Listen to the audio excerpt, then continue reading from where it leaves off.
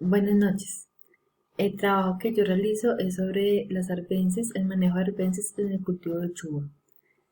Mi nombre es Norida Susana Castillo Arévalo.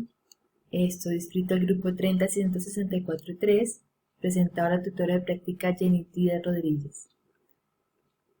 La introducción. El estudio realizado en el cultivo de uchuva en los departamentos de mayor producción Cundinamarca y Boyacá, con distintas altitudes en las siembras, ha demostrado la mayor incidencia de arbences agresivas y nobles, clasificándolas por categoría y densidad.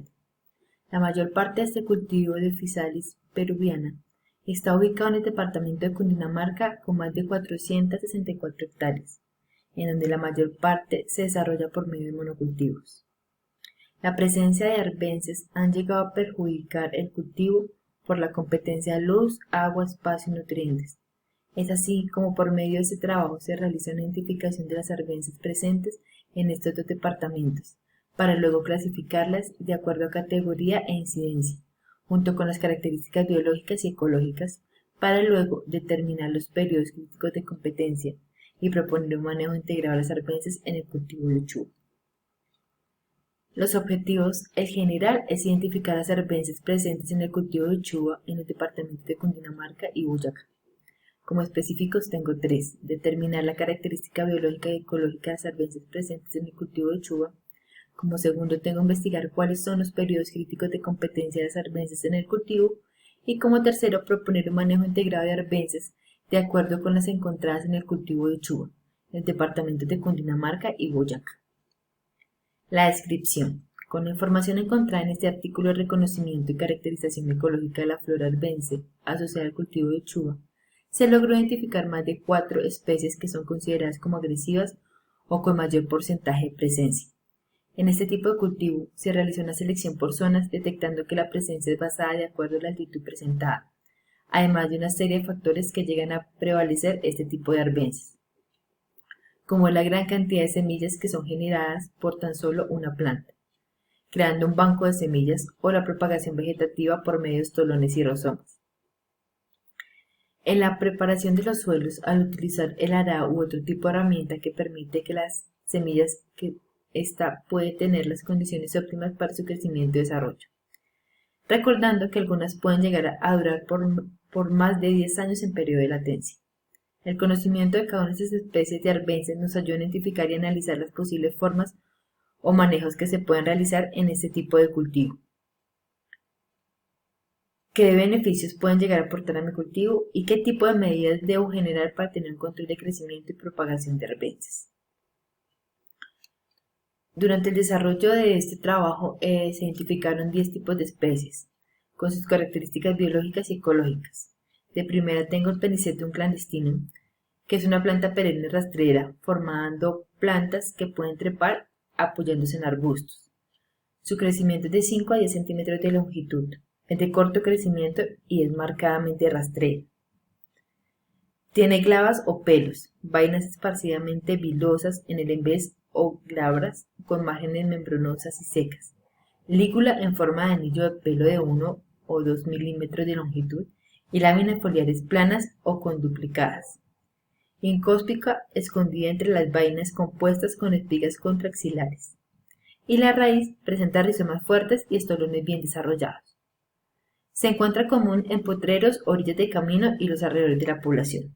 Es prácticamente la única especie de céspedes en muchas regiones. No soporta la sombra.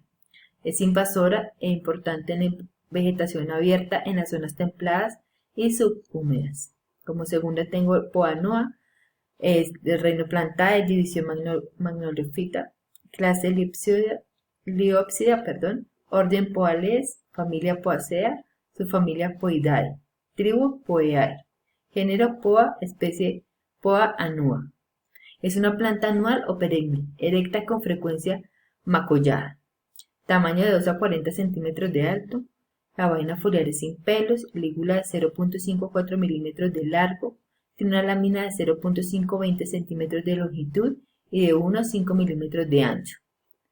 Tiene una panícula con ramas cortadas, oblongadas o piramidal, de 1 a 15 centímetros de largo. Se comporta como ruderal, arbense, se encuentra en bosques de pino encino y bosques mesófilos, suelo Húmedo y fértil, soporta cierta cantidad de sombra y se propaga por semillas. Se comporta frecuentemente como bienal. Como tercera especie tenemos la Amaranthus híbridos, que hace parte de la familia de la Amarantaceae. Es una planta monoica anual, erguida, glabra o pubescente, perdón. Tiene hasta 2 metros de alto, pero generalmente de 1 más o menos. El tallo tiene rayas longitudinales, a veces rojizos, con frecuencia muy ramificados. Las láminas son foliares, ampliamente lanceoladas y ovaladas. Las flores por lo general son pentámeras, o sea, son pequeñas, más o menos de 0,2 milímetros de longitud en conjuntos densos. Se reproduce por semillas. También tenemos el Chrysanthemum leucatenum, que es una hierba perenne de 20 a 80 centímetros de alto. El tallo es simple, erecto, firme o firme o glabro o esparcidamente piloso. Las hojas son alternas, glabras o con pelos largos y delgados. Las inflorescencias están compuestas de cabezuelas pedunculadas y solitarias en los extremos de los tallos. Se encuentran en potreros, campos, orillas de camino y baldíos. Tenemos el Ageratum conizoides como quinta. Las hojas son simples o compuestas. La lámina foliar es de 2,57 por 1,5. Son membranosas y ovadas. Es una especie anual, se multiplica únicamente por semilla y no tiene exigencia de fotoperiodo. Su ciclo de desarrollo está delimitado por la estación lluviosa o por la altura del manto freático. Se desarrolla como ruderal sobre los bordes de caminos y como malezas en gran número de cultivos anuales y perennes. Se presenta de preferencia expuesta al sol, provisto que la humedad sea suficiente. Como sexta especie tenemos la Hippochaeris radicata. Es una planta herbácea perenne de 15 a 60 centímetros de alto. Las hojas son basales, angostas, con el ápice más ancho y redondeado. Las cabezuelas con flores sesiles dispuestas sobre un receptáculo plano o convexo, provisto en su superficie de brácteas, angostas y generalmente translúcidas. Se encuentra en la orilla de caminos, terrenos baldíos y potreros, césped u otros lugares perturbados.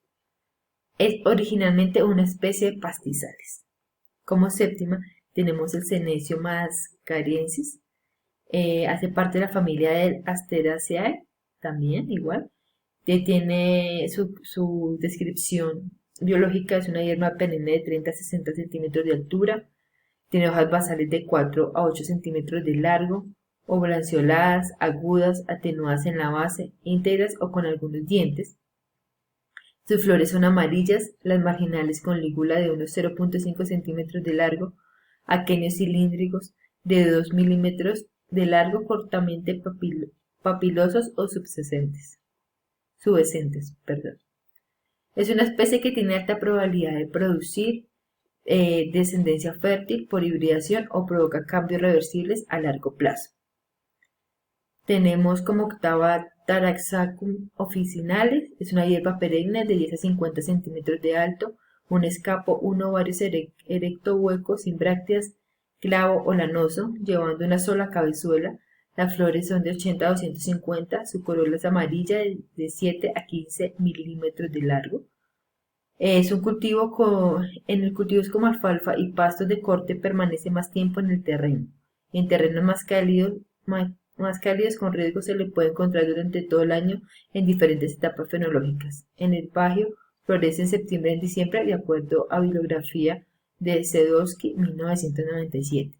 Esta es la Brassicarrapa, que es una hierba anual o bianual, simple, ramificada, erecta y glabra. El tamaño es de 30 a 130 centímetros. El tallo es cilíndrico con pelos erectos y ásperos.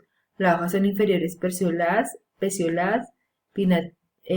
lobuladas con el lóbulo terminado obtuso, por lo común mucho más grande que los lóbulos laterales. Se encuentra principalmente en campos de cultivo, también en milpas tradicionales, pero además como ruderal, en potreros, rastrojos, vías de ferrocarril, como invasoras en terrenos de cultivo descuidados. También se propaga por semillas. Como décima tenemos Stellaria media, que es una hierba anual o perenne delicada y débil, ascendente o rastrera, llega a medir de 40 centímetros de largo. Las hojas son opuestas, pecioladas o subsésiles. Las superiores son sésiles, láminas foliares ovadas o elípticas de 0.5 a 2.5 centímetros de largo. El fruto es una cápsula ovoide excediendo un poco el largo del cáliz. Son semillas numerosas de color café. Se encuentra Ruderalia arvense, se propaga por semilla y es una planta anual. Como segundo punto tenemos que el estudiante revisará en la literatura los periodos críticos de competencia del arbense y del cultivo para el cultivo, en este caso de la uchuva. No encontré, en este momento no se han realizado estudios sobre esa competencia o periodos críticos que se generan en las malezas con el cultivo de uchuva, pero encontré información que puede ser útil para detectar esos periodos críticos en otros cultivos. Entonces, de acuerdo a la información consultada sobre los periodos críticos de competencia arbense, cultivo, no se encontró literatura que comente respecto a este tipo de competencia. Sin embargo, se investigó que se puede llegar a considerar periodos críticos y de acuerdo a Simdal 1988 ha sido definido como el periodo durante el cual las malezas deben ser controladas para prevenir las pérdidas de rendimiento.